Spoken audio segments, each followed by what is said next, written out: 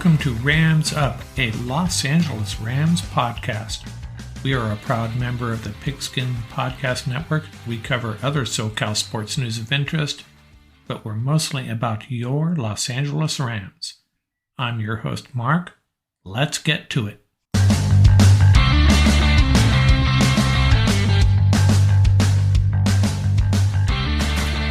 Welcome back, Ram fans.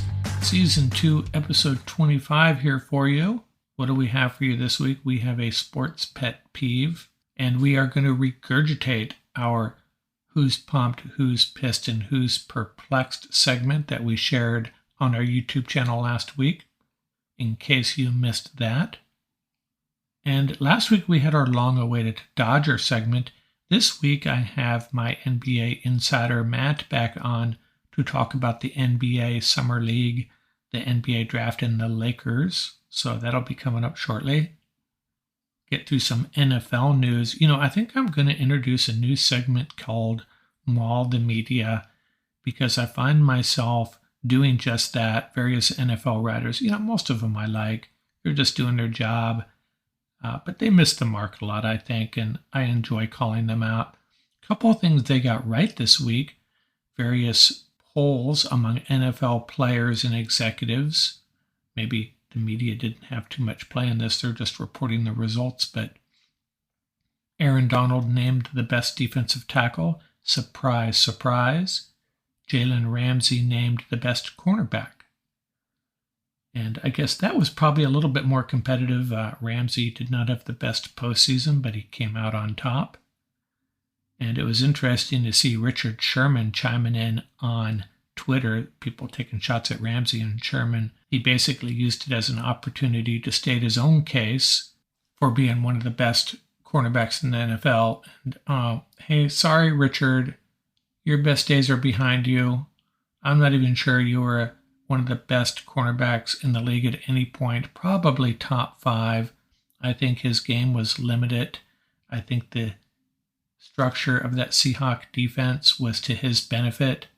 Him just having to play on one side, not necessarily matching up against top receivers. Now, don't get me wrong, Richard Sherman was a great player, but I think that was a bad look. Jumping into the conversation on Twitter defending Ramsey, and oh, by the way, I should be part of this conversation too. Nope, not buying it. He said basically, hey, P2 and I can join the conversation, but you are the standard right now. It's your time, shine. P2 being Patrick Peterson. And I'm like, hold on a second. Richard Sherman, great player, and I actually love the guy. Love his intelligence. Love the way he plays the game, but I don't think he is in that conversation. Sorry. Ramsey responded, stack up my first 6 years in the league to any corner in history, 3 times first team All-Pro, 5 times Pro Bowler. Who else did that? Ramsey not necessarily arguing directly with Richard Sherman, just chiming in on Sherman's response, but I got a kick out of Richard Sherman there. CBS Sports ranked the Rams as the 3rd best NFL roster behind the Bills and the Chargers. I don't have too much issue with that. On paper, Chargers have a very, very good roster. Just got to come out and admit that.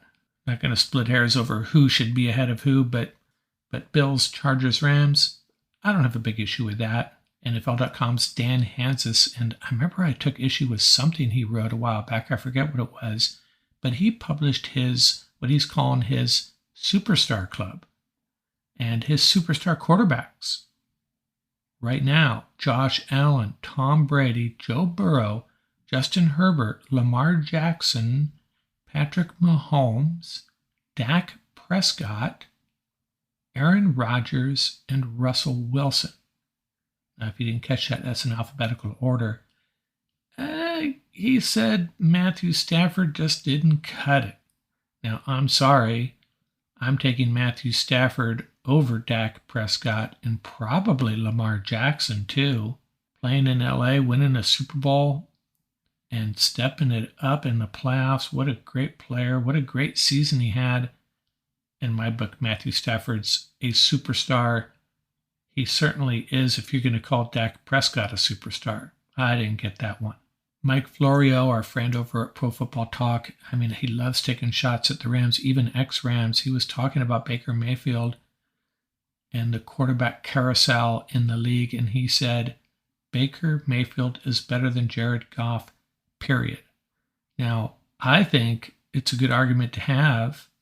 I mean, maybe Jared Goff has hit the ceiling, and maybe Baker Mayfield has not, but there's some issues with Baker Mayfield. I think a lot of general managers would much prefer Jared Goff over Baker Mayfield. Again, it's a discussion to be had, a good argument. I see arguments for both sides if you're picking between those two, but Mike Florio emphatically stating, this isn't even up for debate. Sorry, Mike, it certainly is. Personally, I'd take Goff. The Hall of Fame announced their semifinalists, 25 seniors and 25 coach contributors. The next step is to whittle it down to 12 each. And I'm going to take my hack at it next week, possibly on our YouTube channel drop, or maybe it'll wait to our next podcast to see how NFL news breaks in the next few days. But 25 of each have made the cut so far, and I'm going to tell you which 12 seniors and which 12 coach contributors should move on. From a Rams perspective, the guys to be aware of, Eddie Meter, the defensive back from the 60s, is still on the list. And Maxie Bond, who was involved in, up to that point, one of the biggest trades in NFL history in the 1970s. 8 players between the Rams and Washington, some draft picks involved too. So he's still on the list as well, but we'll get back to that another day. Our Max Muncy watch, batting 159 after going 0 for 4 Saturday. He's in the lineup again Sunday.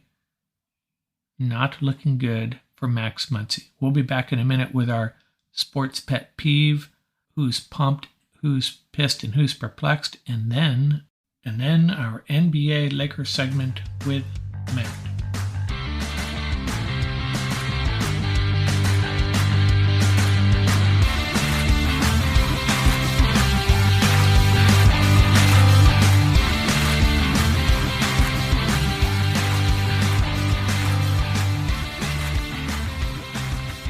Greetings, Ram fans. I have a sports pet peeve for you this week, and I suspect this is one I'm going to get some pushback on. I have a feeling a lot of you macho football fans are going to disagree with me, but it is what it is. And this is my pet peeve.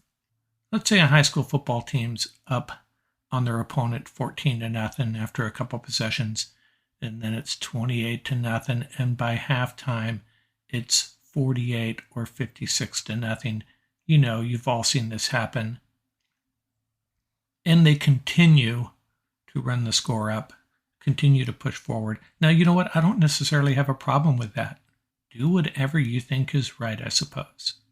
I think in most sports, coaches and managers have techniques at their disposal to continue to push their team without running up the score. Now, sometimes it's unavoidable. I get it. You put in your subs, they play hard, put up another 24 points. You start just running the ball between the tackles, and the other team can't tackle worth a lick, and you find yourself in the end zone over and over again. So there are situations like that. And sometimes there are situations where the opposition gets unnecessarily spun up. They don't necessarily recognize what the other team might be doing to hold down the score, or they just are correct that the other team is running it up and get pretty pissed off. I actually had 2 opposing coaches at a U8 soccer game, of all things, go off on me back in the day. I had 3 boys that were just very good at putting the ball in the net, not because of my coaching, and the other team very weak. It was quite a mismatch, and as the ball continued to find its way into the net, I was talking to my boys, hey, stay back, kick the ball across midfield, and have a couple of our weaker players chase it down. If they can score, so be it. But I had one kid that was just super hyperactive at that age, and I could not reel him in. And you can't pull kids. This was AYSO. Everybody plays their three quarters. And I was going nuts trying to figure out what to do to keep this score down. I think it ended up being like 8 or 9 to nothing. And these coaches were so pissed off at me. And I was like, I looked at my assistant coach. Well, we're just going to have to take it. We're going to have to take the bullet here. They don't understand what we were trying to do. And the next week, they both apologized to me. They realized that it certainly wasn't anything I did. We did our part trying to be good sports as coaches, but sometimes it's just really hard to, hey, and we're not trained for this. I was just a parent thrown into coach. You know, if I experienced that 2 or 3 times, maybe by then I would have figured out some better ways of keeping the score down. The funny thing is the next week I was hell-bent on making sure our team didn't obliterate another team again and get in trouble with the board. And it just so happens I was playing a team that was having the same problem, and they crushed us. I didn't think it was possible. They beat us like 6 or 7 to nothing. I was like, oh, back-to-back games. This did not line up well for us. But none of that has anything to do with my pet peeve. My sports pet peeve is the people who say, if you don't like it, stop them. Now, I've seen this several times, mostly on social media. I've seen high school football coaches pipe in like that, and a lot of parents and fans, if you don't like it, stop them. Isn't this sort of like telling a homeless person to just buy a house? Clearly, the other team is trying to stop them, and they can't. Some people just don't understand the concept of pulling back when you have an overmatched opponent. Now, you can say, hey, we're going to run up the score, and that's just the way it's going to be. We're not slowing down. We're not pumping the brakes. But don't come back at us with this, if you don't like it, stop them. It's just silly. And again, I know there's a lot of exceptions for whatever reason where pulling back is not an option in college football. Point differential can be important. But I heard one high school coach in Texas who said that the reason he kept on running up the scores is because in previous years, his team got into the playoffs and they just got tuckered out in the third and fourth quarter because he had been pulling his guys all year long. Up 62 to nothing at halftime, he pulls his starters. Then he gets to the playoffs and his boys just can't do it, can't play a full game against a worthy opponent. And you know what? I'm not buying that. I don't ever remember being spent physically as a high school athlete, high school age, unless it was in training, not during the game. I mean, you can get tuckered out in cross country, maybe in basketball, wrestling, I think for sure. In football, I don't know. I don't really see that as happening. Maybe it's a Texas thing, but growing up here in California, I don't remember seeing that. What I remember is high school training was so challenging that playing a full game of football never was a problem for anybody I knew. So just quit it with this macho, if you don't like it, stop them creed. I think it's kind of ignorant. Before we move on, if you missed my midweek drop on the YouTube channel, I shared a Who's Pumped, Who's Pissed, and Who's Perplexed segment where we try to imagine which NFL fan bases are pumped, which ones are pissed, and which ones are perplexed. I'm going to run through that again real quick in case you missed it. Drop that on Wednesday morning. I think it was on the YouTube channel. And you know what? I think the Ram fan base is pumped, and rightfully so. We have our best players under contract. Ramsey, Kupp, Donald, and Stafford, all of them happy. Coming off a Super Bowl win, the greatest stadium in the world, the best team in the division, clearly, I think, and probably in the NFC. A lot of NFC teams taking a step back, in my opinion. Ram fans should be pumped. You better be. I am, that's for sure. Who else is pumped? I think the Carolina Panthers, their fan base is pumped. They got the new quarterback, Baker Mayfield. So what do they got? They got Baker Mayfield, Sam Darnold and the rookie Matt Corral. No franchise quarterbacks there, but I think you still have to be excited with that stable of quarterbacks. Hey, if nothing else, your team is showing that they're in it to win it. They're making a play for this season. They're not waiting for that quarterback to develop, and they get that great running back once again healthy, hopefully. Panthers fans have to be a little excited. And who else is pumped? Maybe the Houston Texans. Did they dodge a bullet? I mean, I don't think the Texans are going anywhere anytime soon, but they have to be happy that their quarterback is not named Deshaun Watson. I'm not going to get into that a lot. I'll get myself into trouble. I'm just saying, Texans got to be happy he's not on their roster.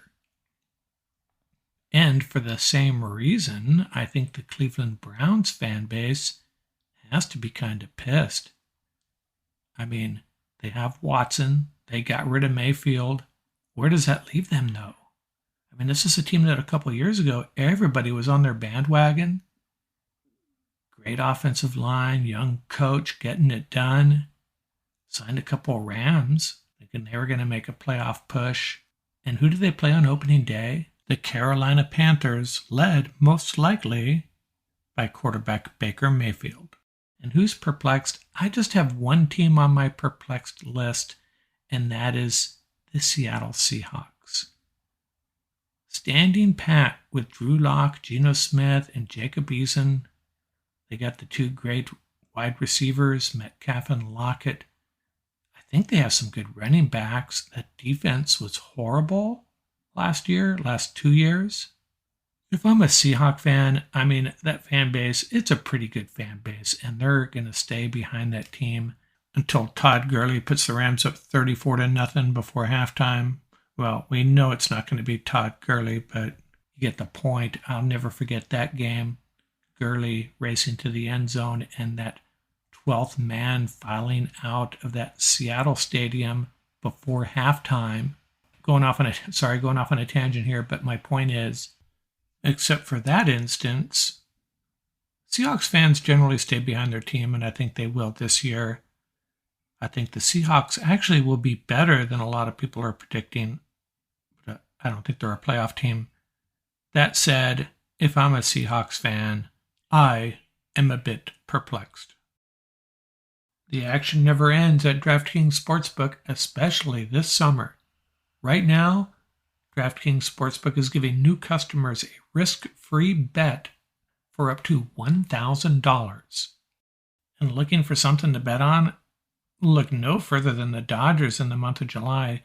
They get the Cubs, Cardinals, Angels, and Giants all coming up. It doesn't get much better than that. Download the DraftKings Sportsbook app now. Use promo code TPPN. Make your first deposit and get a risk-free bet up to $1,000. That's promo code TPPN. Only at DraftKings Sportsbook. Minimum age and eligibility restrictions apply. See show notes for details.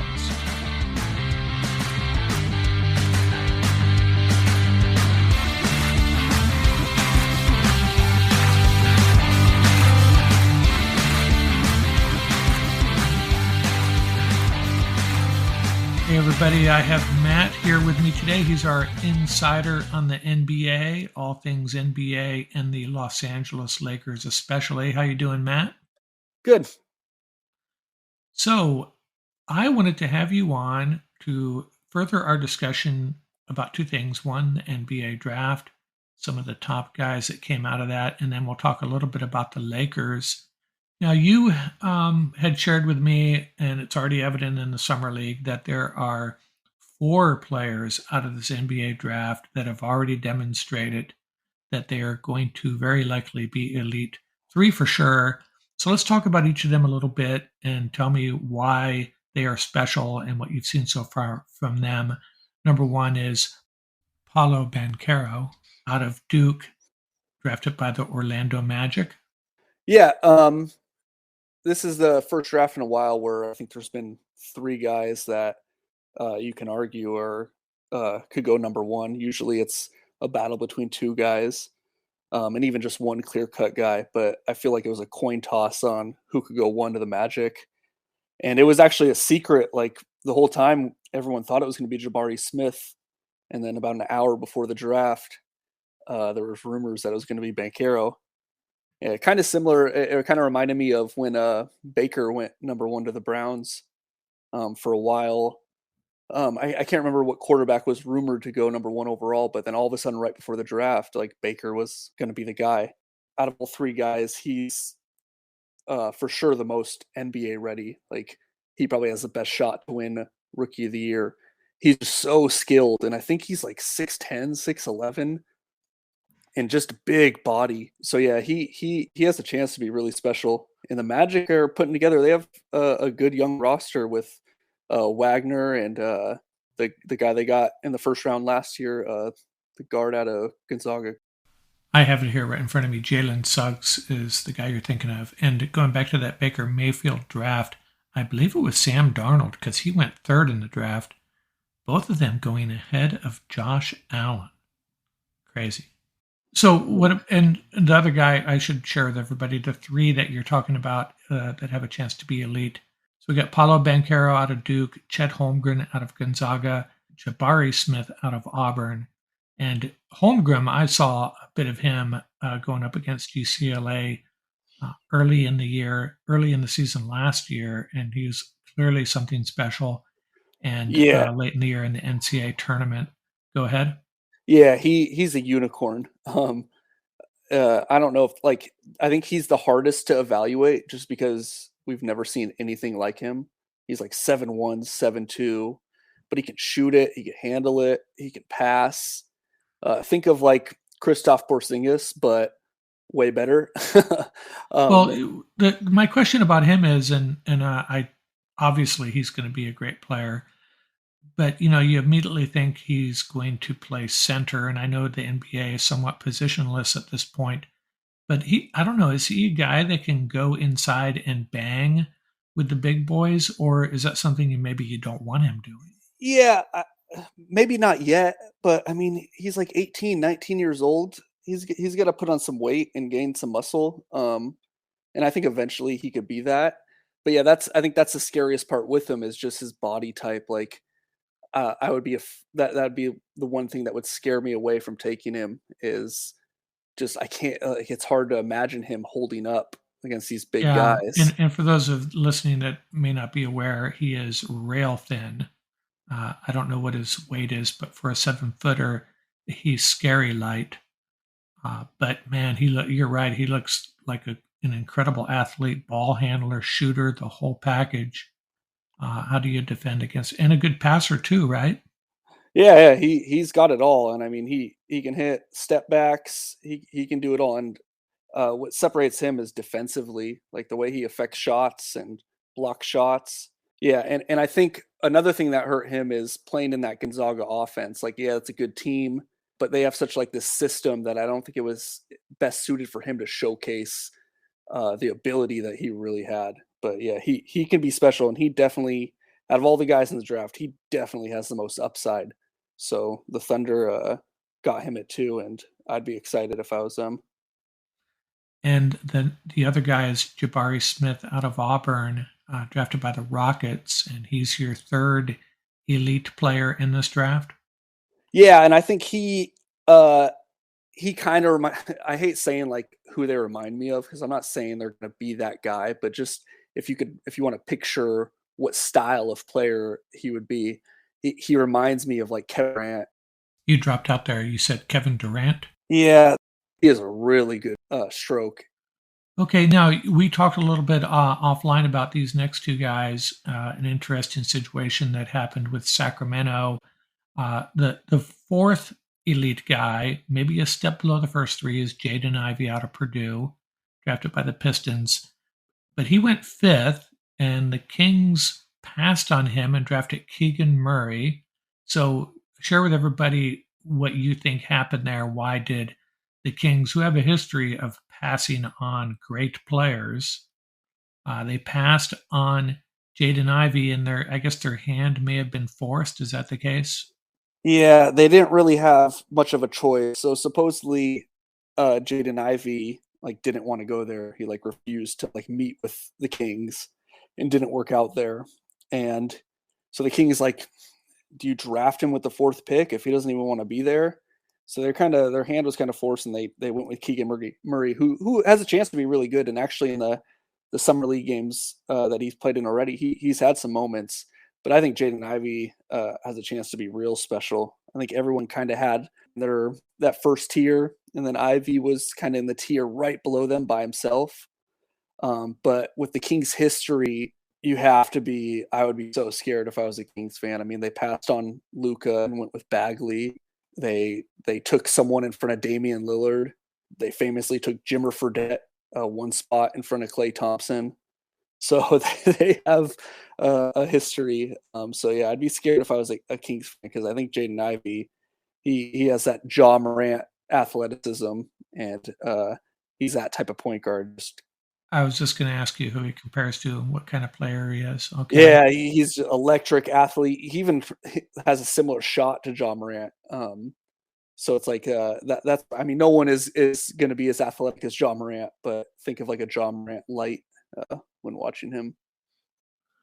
Okay, now we want to talk a little bit about the Lakers, and you had said that they have done an excellent job identifying guys in the draft and undrafted free agents as well, I guess, and bringing them on and seeing a lot of promise early on with some guys. Before we do that, I wanted to revisit the trade situation. So you think there is a trade in the works possibly that would include Westbrook, Taylor Horton Tucker, and maybe some draft picks for Kyrie Irving. Yeah, I think it's bound to happen. I can't imagine Westbrook on the roster when the season starts. And I think there's been rumors that the Nets and Lakers have discussed some trades, and I think it's the Nets just trying to get as much draft capital as possible out of them. So the Lakers have those 2 first-round picks, the 2027 and 2029, and those are scary to give up, especially with the way the Lakers looked last year and how old LeBron will be. And can't imagine that he has much longer. At the same time, you got to do whatever it takes to get Westbrook off this team, in my opinion. I mean, he was off last year. I don't care what the stats say. Bringing in Kyrie, that's also scary too because done his best to blow up every team he's been on recently. But with LeBron, He's still part of the Flat Earth Society, as far as we know. right. Yeah, so it is a little scary, but the Westbrook just doesn't make sense on this team. It didn't make sense when they assigned him, and you saw it play out last year. But if you can get Kyrie and get a shooter out of it, I mean, Joe Harris is someone that I think the Nets want to include. The Lakers are trying to get Seth Curry in the deal, which would be awesome. I can't imagine that the Nets would give up Seth Curry, but they got to include someone to match the contracts. I assume it's Joe Harris. So adding a shooter and then Kyrie, who is also a good shooter, is something that I think that will eventually happen.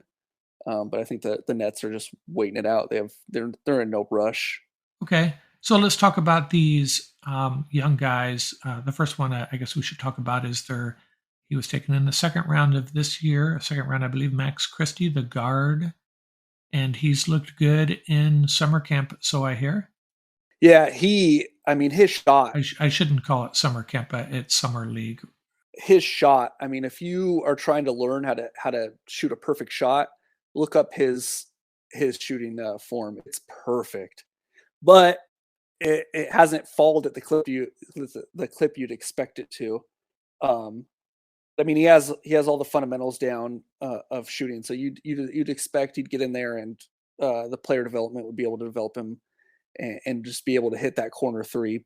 But what I've noticed with him is his rebounding and his defense. He looks like he has a chance to be an elite defender, and to get like a 3-and-D guy that could come in off the bench, defend the other, like that's the big thing now, the 3-and-D guy, the guys that could play two ways. But yeah, I think that's where I could see him being a big add to the roster is later in the season, come in, play some really good defense, hit some open shots. But yeah, he's got a chance to. You never want to overreact when you watch these summer league games, but the way the Lakers have drafted and found guys, it's hard not to overreact because they've done so well. I think last year I even came on during summer league and mentioned how good Austin Reeves looked, and I was like, man, Right, they you may have did. found someone. And sure enough, he was awesome last year. I love that kid. So yeah, it's hard not to get excited with the I mean, and then the two-way players too. Like that's Alex Caruso was a two-way player, Yeah, and great defender. he's turned out to be he's awesome. I still can't believe the Lakers let him go.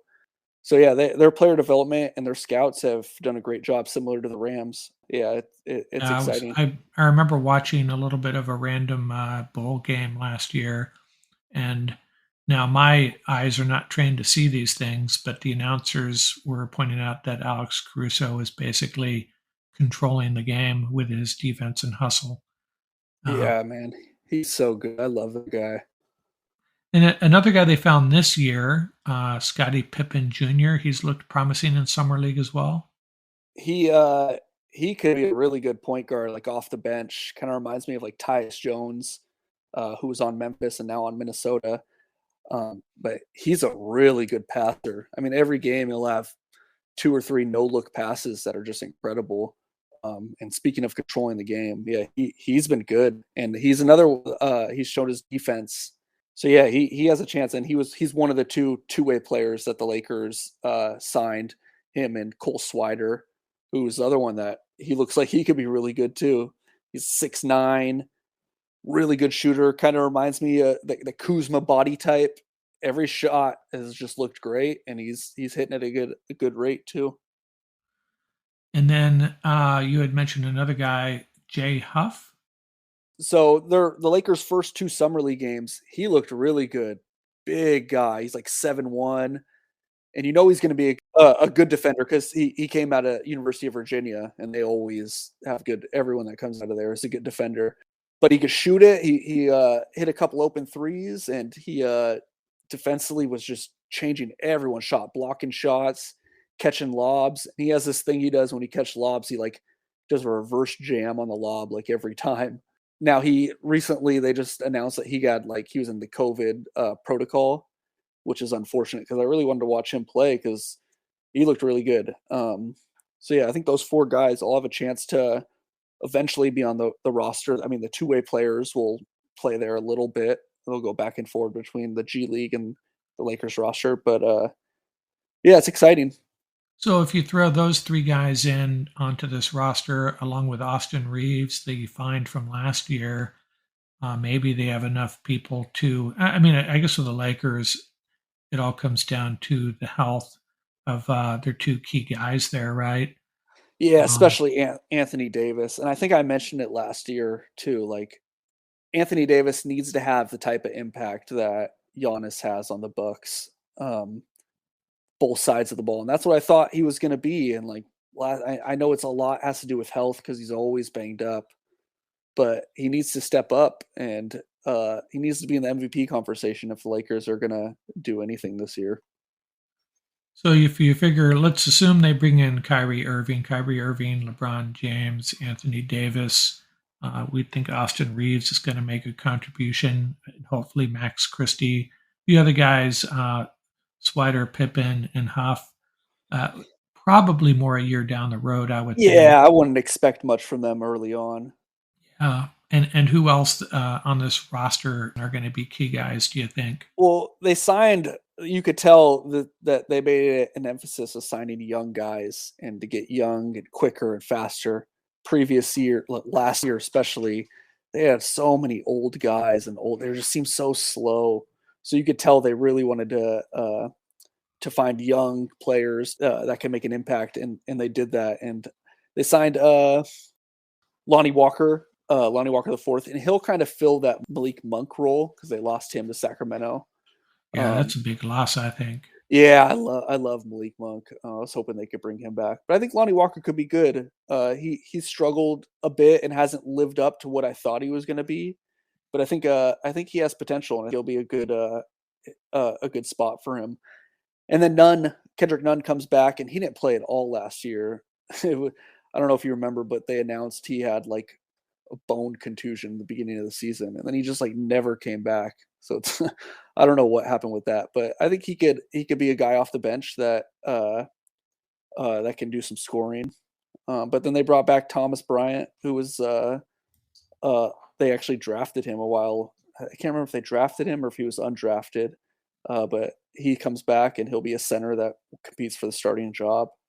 And I think with that trade, maybe Joe Harris, if Joe Harris is included, or if let's praise Seth Curry is in the deal too.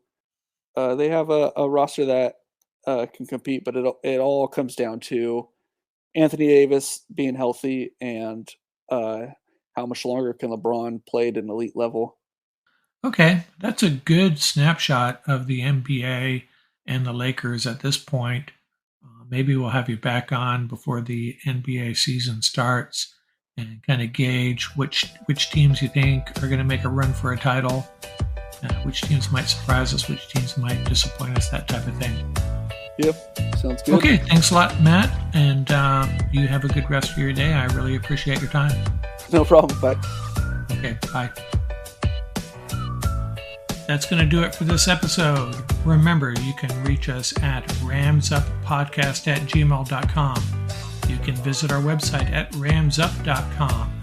You'll find links to all of our episodes and a link to our YouTube channel. And you can also leave us a voicemail from our website. Don't forget to subscribe and give us that 5-star rating. It's really appreciated. And remember, keep the horns up, stay safe, and have fun out there.